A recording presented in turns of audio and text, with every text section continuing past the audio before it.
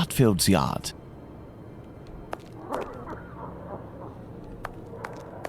Here is the Workers' Club, next to Dutfield's yard.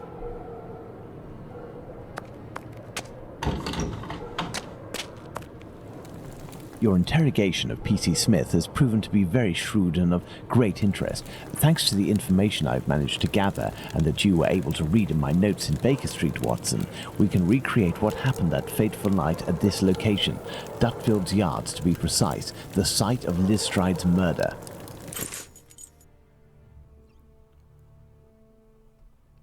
Okay, I believe that the club meeting ended at midnight. Midnight, the Socialist Club meeting ends. The members, mainly Jewish men, gradually begin to leave the club in little groups or alone. And thankfully, all the times are already on here.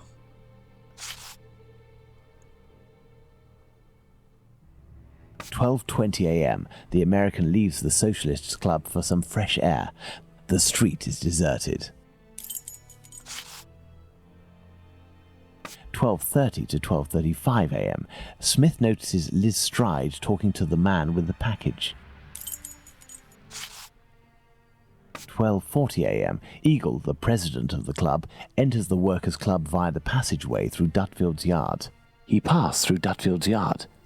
If Liz Stride had already been killed, he would have had to walk over her. The murder, therefore, had not yet happened. 12:43 a.m., Israel Schwartz passes by Dutfield's yard and witnesses the attack on Liz Stride. 12:44 a.m., Schwartz crosses to the other side of the road. The attacker sees him and yells, "Lipsky." The attacker must have shouted to his accomplice at the end of the road, "Lipsky," indicating at Schwartz using his head in an attempt to scare off this undesirable. 12:45 a.m., Schwartz runs away, followed for a short distance by this man. 1 a.m., Mr. Diemschutz wants to enter with his cars, but the pony refuses. We know that the murder took place between 12:45 and 1 a.m. Mr. Diemschutz, therefore, must have disturbed the killer. Let's place Liz Stride's murder on the timeline, Watson. 12:45 to 1 a.m., the murder of Liz Stride. It took place in this very spot, as the traces of blood were very confined. We will come back to this point in a few moments to elaborate on what could have happened. Well, we are still missing certain information in order to finish this investigation, Watson.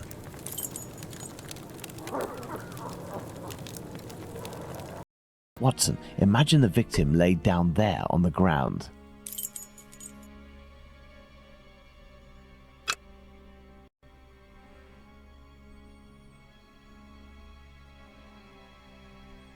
The throat, there is but one clean cut, slightly slanted downwards.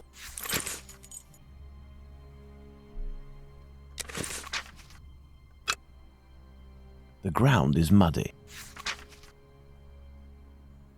Her right hand, it is bloody, as is her wrist.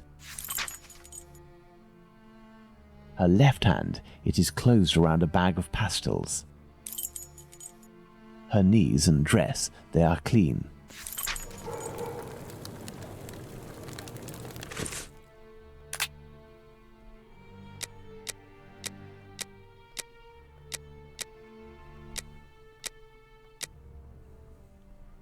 Oh, I believe that these are actual photos of the victims. I don't know why I didn't notice these before. Anyway, we have some deducing to do. The ground is dirty, but the dress is clean, which means that she did not struggle.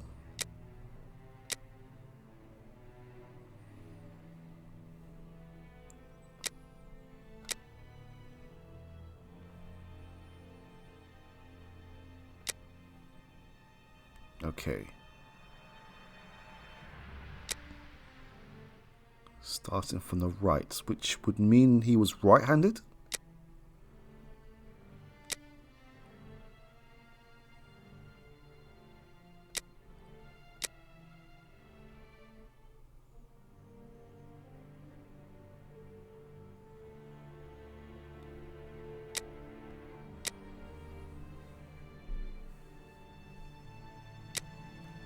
Okay. That wasn't too hard. A lumberjack? What?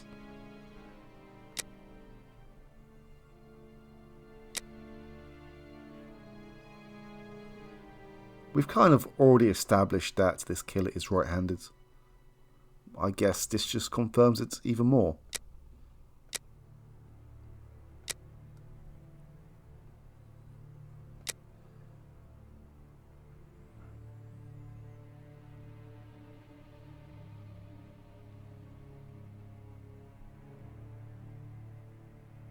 Well, she wasn't bleeding from the nose. The blood on her hand must have been... She must have put her hand up to her throat. Yes.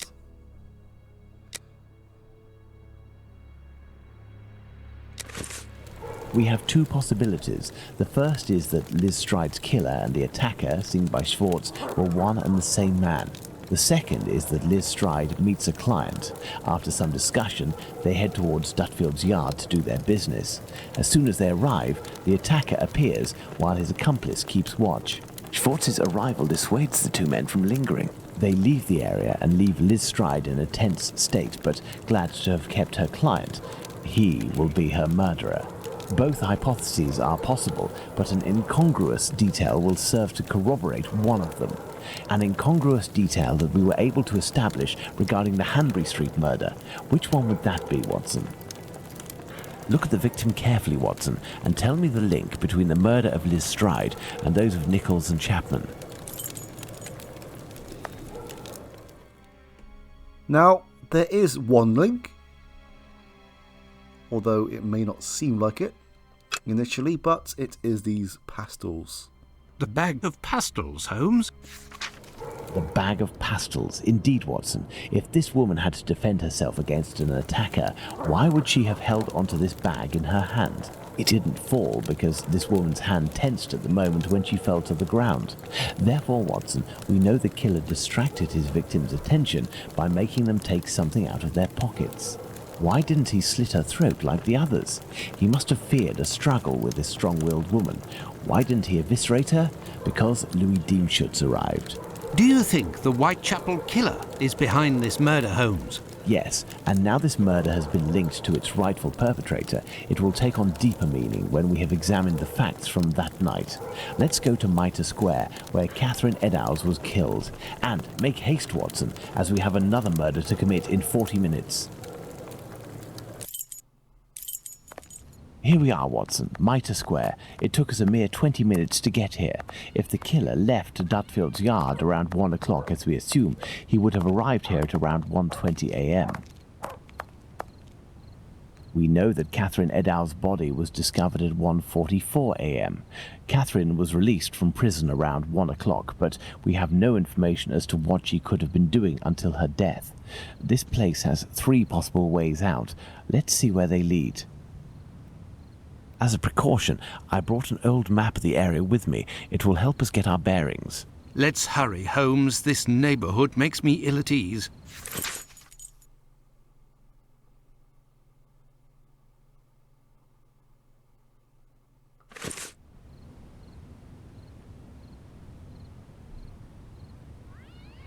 "20 minutes to get here, and another victim was discovered 25 minutes later." He really did not hang around.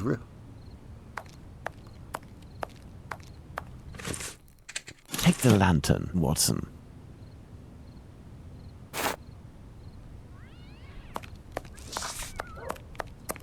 Okay, we have 3 exits here. Let's start here. Church Passage. It must be opposite the Imperial Club at 16 to 17 Duke Street. Let's go to the end of this lane, Watson.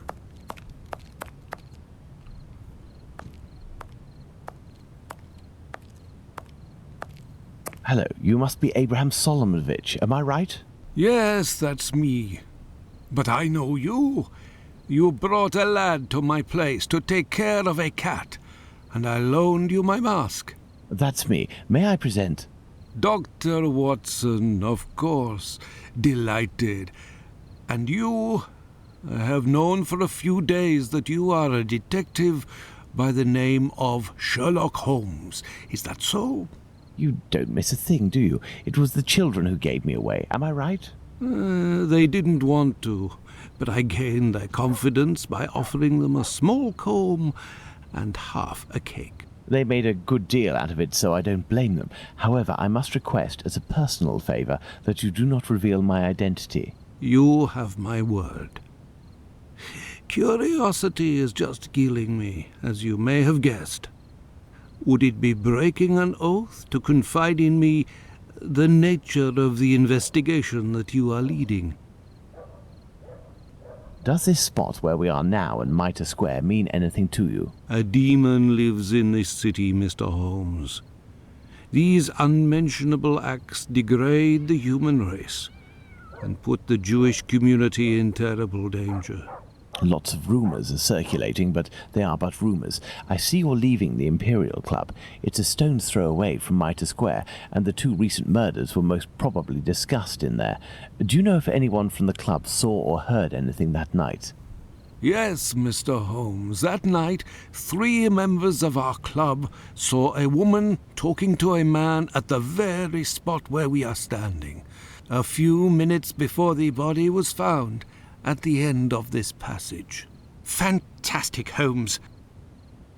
Calm yourself, Watson. There is nothing at the moment to suggest it was the victim. Can we meet these members? I am afraid that won't be possible. As soon as the police heard the evidence of these men, they were sworn to silence. I understand. But you are working for the good, and I must tell you what I know. One of the 3 men, my friend Joseph, left that night with 2 other members of the Imperial Club, Harry and another Joseph. It was around 1:35 a.m., perhaps a bit earlier, when Joseph, not my friend, but the other, the Aldgate butcher, exited.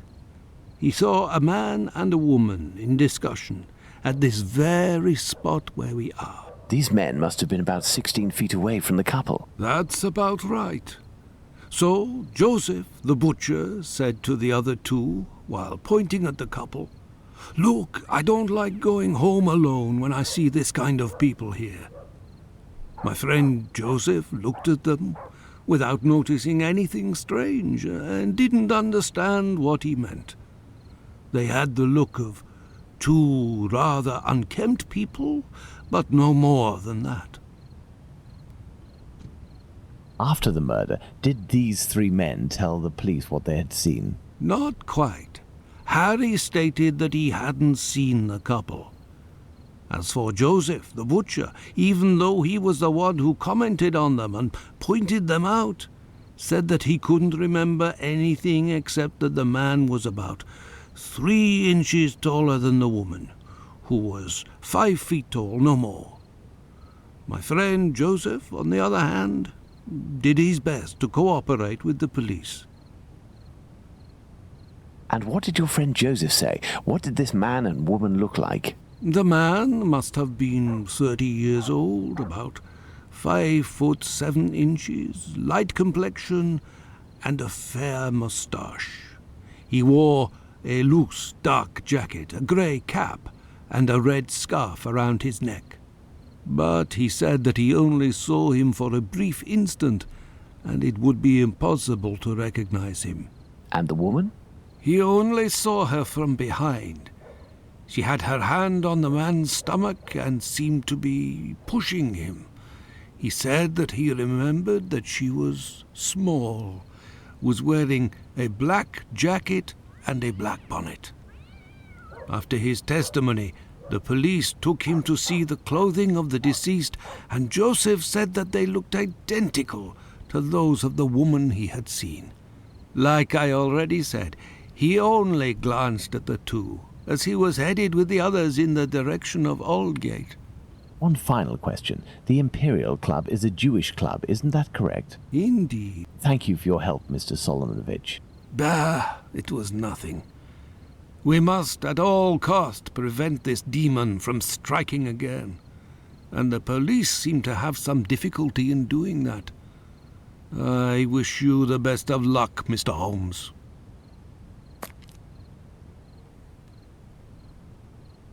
Okay, let's go back.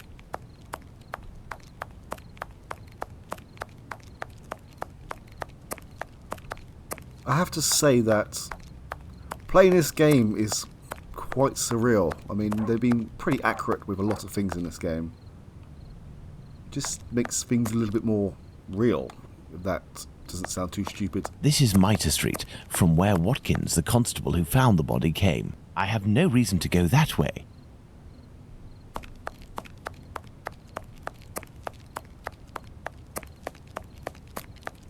This dark and narrow passage leads to St. James's Place. Well, let's find the spot where Edow's body was discovered.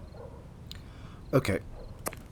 This murder was taken to some rather nasty levels.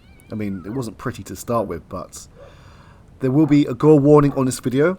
So if you are not comfortable with gore of any kind, then I'd say look away now, as this was quite horrendous. I mean, you know what I mean. Watson, we are now in the exact spot where poor Eddowes tragically ended her days. This spot is very dark, Holmes. That is probably why our murderer chose it. I mean, the level that this person went to with this murder compared to the others is just something else.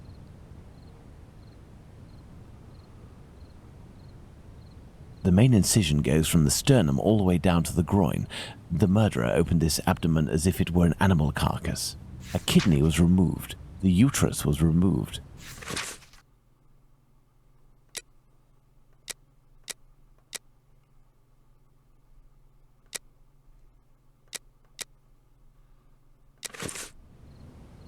The head is turned towards the left. The murderer must have been on the right side of his victim. Let's look at her from the front.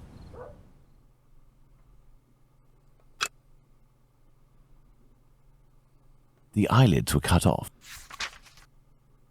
The nose was cut. The cheeks were slashed to make them thinner. There is but one wound, Watson. It goes from the left side and descends in a slight oblique towards the right side.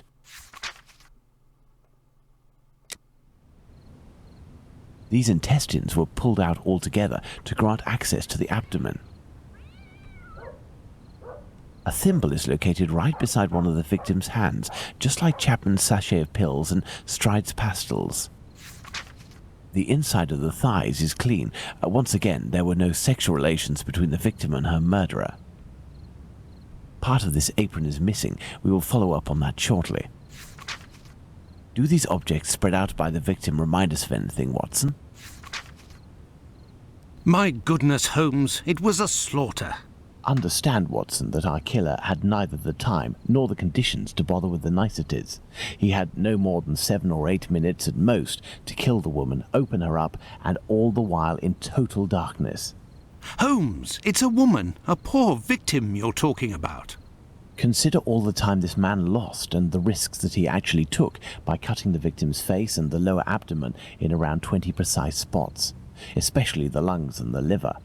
These attacks, which I considered gratuitous, are in fact nothing of the sort and have as much sense as the removal of the organs. Watson, we must now consult our timeline. We began in Dutfield's yard, but this time we will try to recreate the actions of certain people, in this case those of the 2 policemen.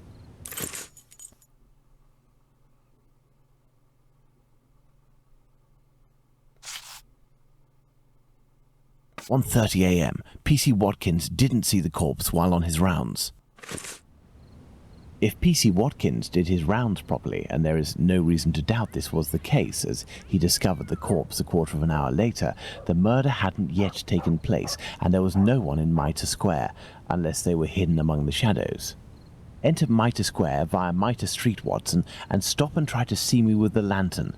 I will be where poor Edow's corpse was.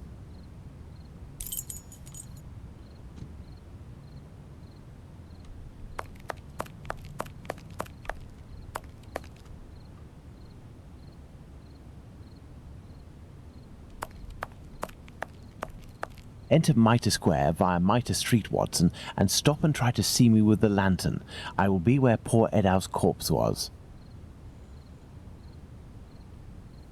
Did he mention the lantern originally? As I remember when I first played this, it caught me out as well. Oh, it was already enabled.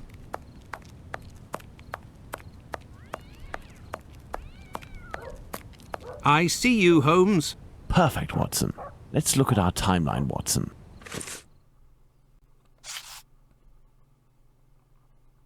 Very good, Watson. Thus we can categorically state that the murder had not yet occurred at 1:30.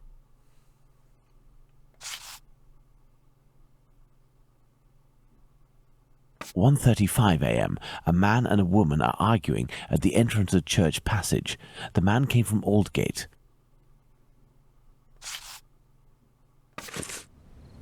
1:42 a.m. PC Harvey arrives in Mitre Square. It should be noted, Watson, that the constable didn't enter Mitre Square. He could not have seen the corpse lying on the ground. But would he have been able to see a man sitting or standing? Go to the Church Passage entrance, then come back and try to see me while holding your lantern. I will stay at the spot where the victim was discovered.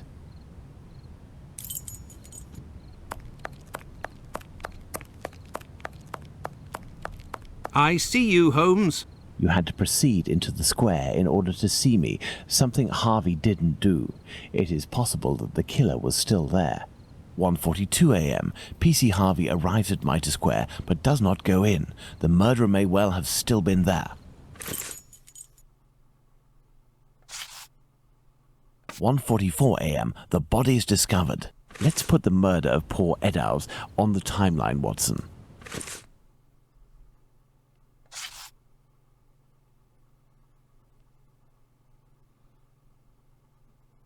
(1:35 and 1:42 a.m. The murder would appear to have taken place between these times, that is to say, within 7 minutes. Agreed, Holmes.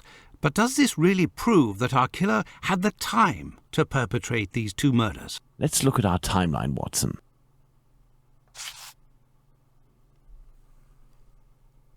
He really did not waste any time at all.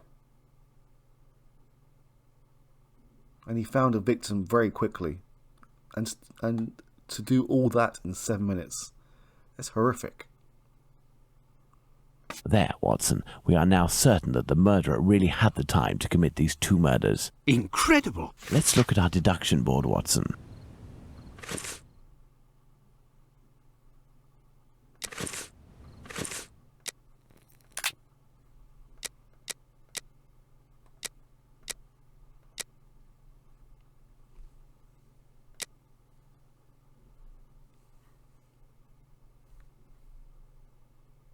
Yeah, I can imagine that he did not want to waste any more time.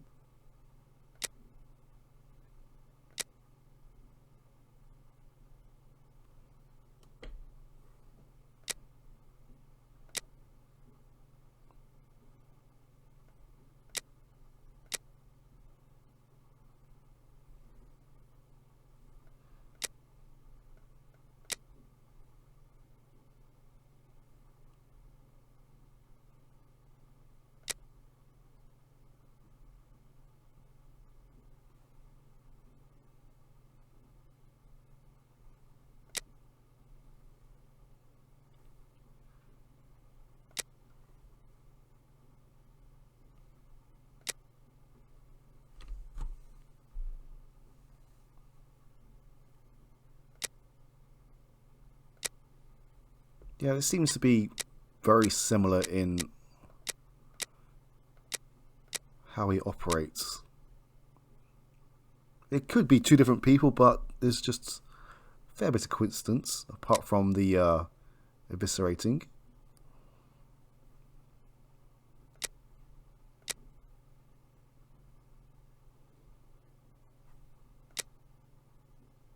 Yeah, that must be it.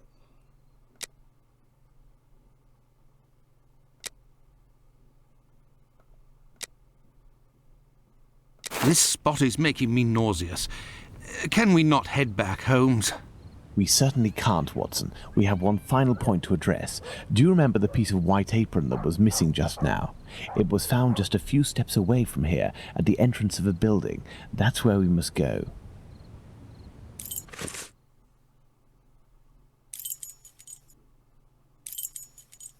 Let's go.